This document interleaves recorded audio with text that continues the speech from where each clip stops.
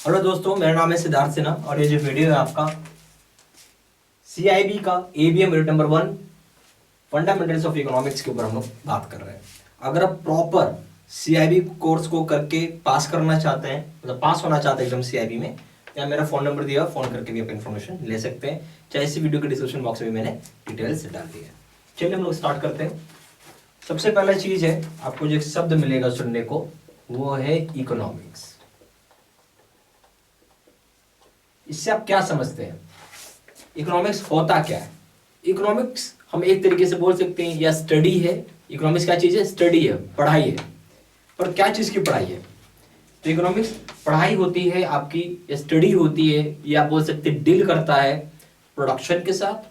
कितना प्रोडक्शन हुआ है, उसको कैसे एलोकेट किया जा रहा है या कैसे डिस्ट्रीब्यूट किया जा रहा है, और किस प्रकार से गुड्स को हम लोग यूज करते हैं। ठीक है, जो गुड्स और सर्विसेज है उसको हम किस तरीके से यूज करते हैं एक कंट्री में, तो इकोनॉमी है आपका। ठीक है, या रिसोर्सेज को, इसी चीज को हम लोग इकोनॉमिक्स बोलते हैं। तो इकोनॉमिक्स क्या हो गया?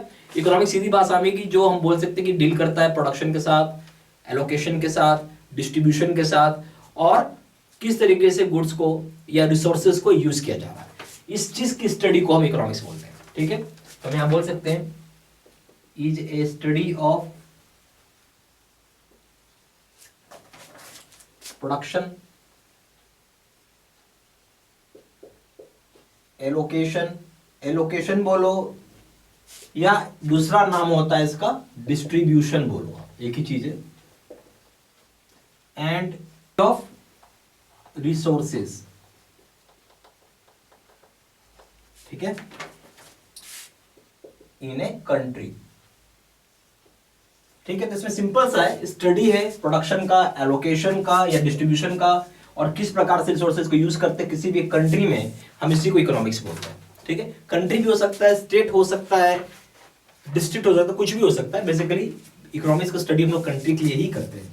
अब आइए, ये हो गया इकोनॉमिक्स। अब इकोनॉमिक्स को यहाँ पे दो भाग में बांटा गया है। इकोनॉमिक्स कितने तरह के होते हैं? हम लोग बोल सकते हैं कि 2 टाइप्स के होते हैं। ठीक है, कौन कौन से टाइप्स है? तो पहला हो जाएगा आपका माइक्रो इकोनॉमिक्स,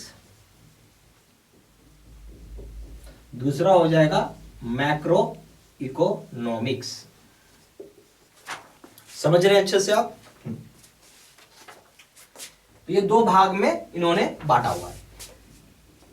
माइक्रो इकोनॉमिक्स को हम इसको पॉइंट नंबर, ये चलिए ये पॉइंट नंबर 2 हो गया। अब यहां पे पॉइंट नंबर 3 बना लीजिए।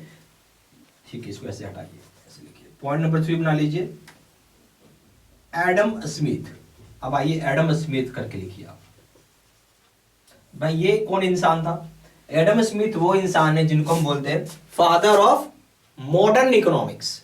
इनको क्या बोलते हैं? Father of modern economics. अभी बस आप देखते चाहिए, क्या बोलते हैं इनको? फादर हो गए किसके? मॉडर्न इकोनॉमिक्स के। ठीक है, ये सारी पॉइंट आप प्लीज कॉपी में लिखते चलिए।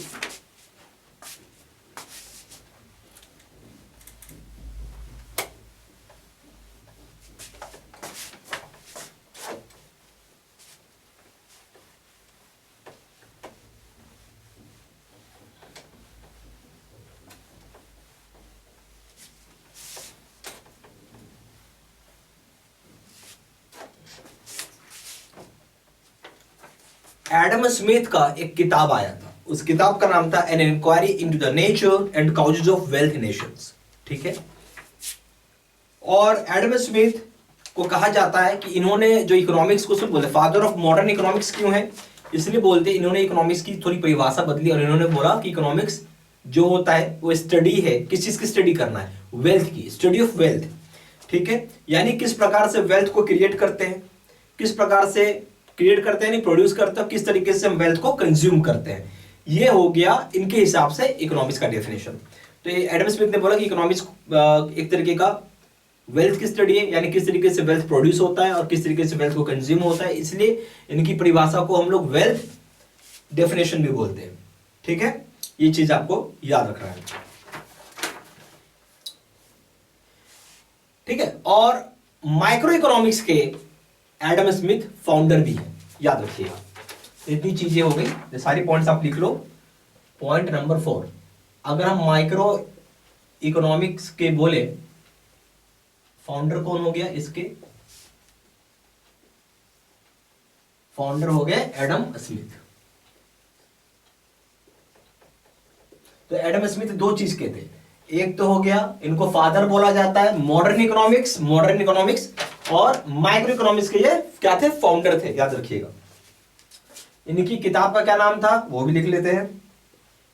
एडम स्मिथ की बुक आई थी, ये पूछता है एग्जाम में, इसलिए याद रखिए।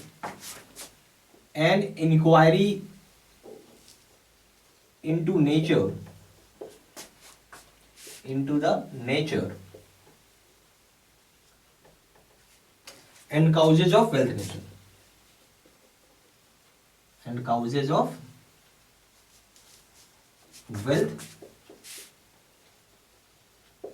ठीक है। तो एडम स्मिथ की किताब का जो नाम था, बुक का, वो क्या था? An inquiry into the nature and causes of wealth nation, ठीक है, जो कि आपका पब्लिश हुआ था 1776 को। छठा, एडम स्मिथ के हिसाब से इकोनॉमिक्स की परिभाषा क्या है, हम उसको समझते हैं। तो एडम यहां लिख सकते हैं, अकॉर्डिंग टू एडम स्मिथ, ठीक है, economics is the study of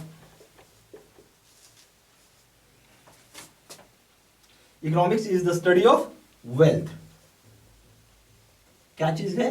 wealth की स्टडी है। इसका मतलब क्या हो गया? डेट इज, आप लिख सकते हैं, how wealth is produced and consumed. इसका मतलब ये हो गया, हाँ, ठीक है। और इसी कारण से हम ये बोलते हैं कि जो इनकी इकोनॉमिक्स की डेफिनेशन है वो वेल्थ डेफिनेशन है, ठीक है। इसलिए हम क्या बोलते हैं? डेट्स वाई लिख सकते हैं, Adam Smith economics definition is wealth definition. क्या इज वेल्थ डेफिनेशन? क्लियर? चलिए, ये हो गई सारी बात। ओके, ये सारा पॉइंट्स प्लीज आप लिखते चलिए।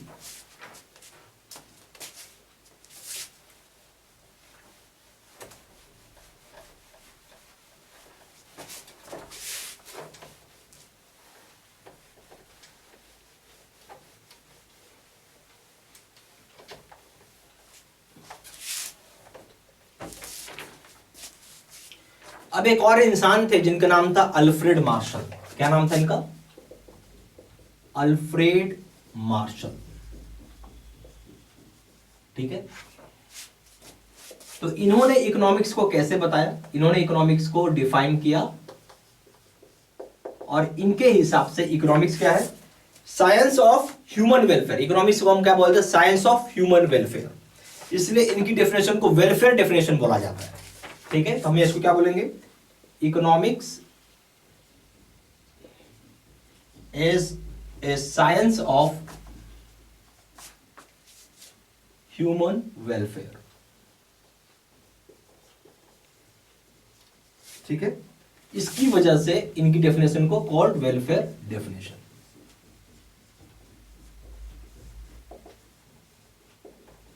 ठीक है। याद रखिएगा, ये सारी चीजें याद रखिएगा जो मैं आपको लिख रहा हूं, ठीक है, ताकि आपको हमेशा के लिए याद रहे। पॉइंट्स बराबर आके चलिएगा, ठीक है। यहाँ पे CIB का हमारे पास दो तरह का प्रोग्राम है। एक है बेस सिस्टम मतलब वहाँ पर लाइव क्लासेस और उसी बेसिस पे डेली वीडियोस भी आती हैं। दूसरा है face to face video course, जो सबसे ज़्यादा सेलिंग और पावरफुल वाला कोर्स है। दोनों जगह कोर्स कंटेंट सेम होता है, ठीक है।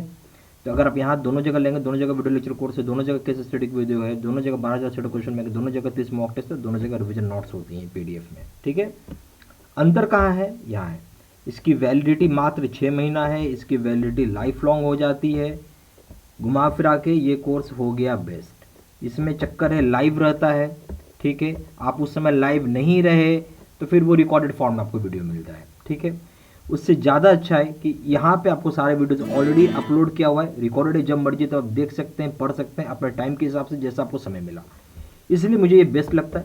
प्लस पॉइंट ये है कि लाइफ लॉन्ग वैलिडिटी, आप किसी कारण से अगर एग्जाम नहीं दे पाए तो आपके लिए कोर्स बेकार हो गया, फिर से पैसे देने पड़ जाएंगे, इसमें वो चीज़ नहीं है। प्लस इसमें सबसे बड़ा चीज़ है गाइडेंस, ठीक है, जो वहाँ मिसिंग है, ठीक है। ये सब चीज़ है जो मुझे ये लगता है कि जिसकी वजह से कोर्स ज़्यादा अच्छा है। और इसका अगर पेपर का कंपेयर करें प्राइस, एबीएम का यहाँ 1200 रुपये है, यहाँ 1500 रुपये है, बीएफएम का यहाँ 1200 रुपये, यहाँ 1500 रुपये, रिटेल बैंकिंग का 1200, यहाँ 1500 है, एबीएम प्लस बीएफएम का दाम है 2200 रुपये, 2700 रुपये, कॉम्बो पे का दाम है 2700 रुपये, यहाँ 3500 रुपये। कुछ पैसा जरूर ज़्यादा लगेगा बट ये आपको लाइफ लॉन्ग हो जाएगा। मेरा ये बोलना यही कोर्स आप लें, ये ज़्यादा बढ़िया है, ज़्यादा फ्रूटफुल है आपके लिए, ठीक है। ज़्यादा जानकारी के लिए फ़ोन कर सकते हैं, फ़ोन नंबर हो गया 4x9685127, दूसरा नंबर है 7827546946। वेबसाइट में जाकर डायरेक्टली ऑनलाइन ऑर्डर प्लेस कर सकते हैं। वेबसाइट हो जाएगा www.jibcibstudymaterial.com, ईमेल आईडी हो जाएगा seat123@gmail.com। ये सारी इन्फॉर्मेशन मैंने इसी वीडियो के डिस्क्रिप्शन बॉक्स में डाल दिया, ठीक है। Thank you.